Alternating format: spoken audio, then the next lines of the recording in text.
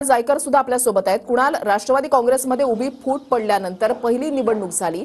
या निवडणुकीमध्ये कुणाच्या बाजूने काय कल लागला हे सर्वांनाच माहिती आहे। मात्र आज वर्धापन दिन साजरा होत असताना शरद पवार गटाकडून मेळावा सुद्धा घेतला जातोय। मोठं शक्ती प्रदर्शन सुद्धा केलं जाऊ शकतं।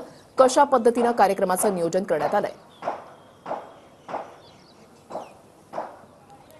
नक्कीच ऋषाली, आपण बघतो की लोकसभा निवडणुकीमध्ये राष्ट्रवादी शरद पवार गटाला मोठं यश मिळाल्यानंतर हा पहिलाच त्यांचा रौप्य महोत्सव म्हणजे आज वर्धापन दिन जो आहे 25वा तो साजरा होत आहे। आणि विशेष म्हणजे पहिल्यांदाच त्यांनी मुंबई दिल्लीनंतर आता ग्रामीण भागात म्हणजे अहमदनगरमध्ये हा मेळाव्याचं आज आयोजन करण्यात आलेलं आहे। आणि विशेष म्हणजे मोठं शक्ती प्रदर्शन जे आहे ते देखील या ठिकाणी करण्यात येणार आहे। आपण बघतो की ही सगळी बैठक व्यवस्था जी आहे ती या ठिकाणी करण्यात आलेली आहे। तर हा मंचाचं देखील आता काम जे आहे ते सध्या सुरू आहे।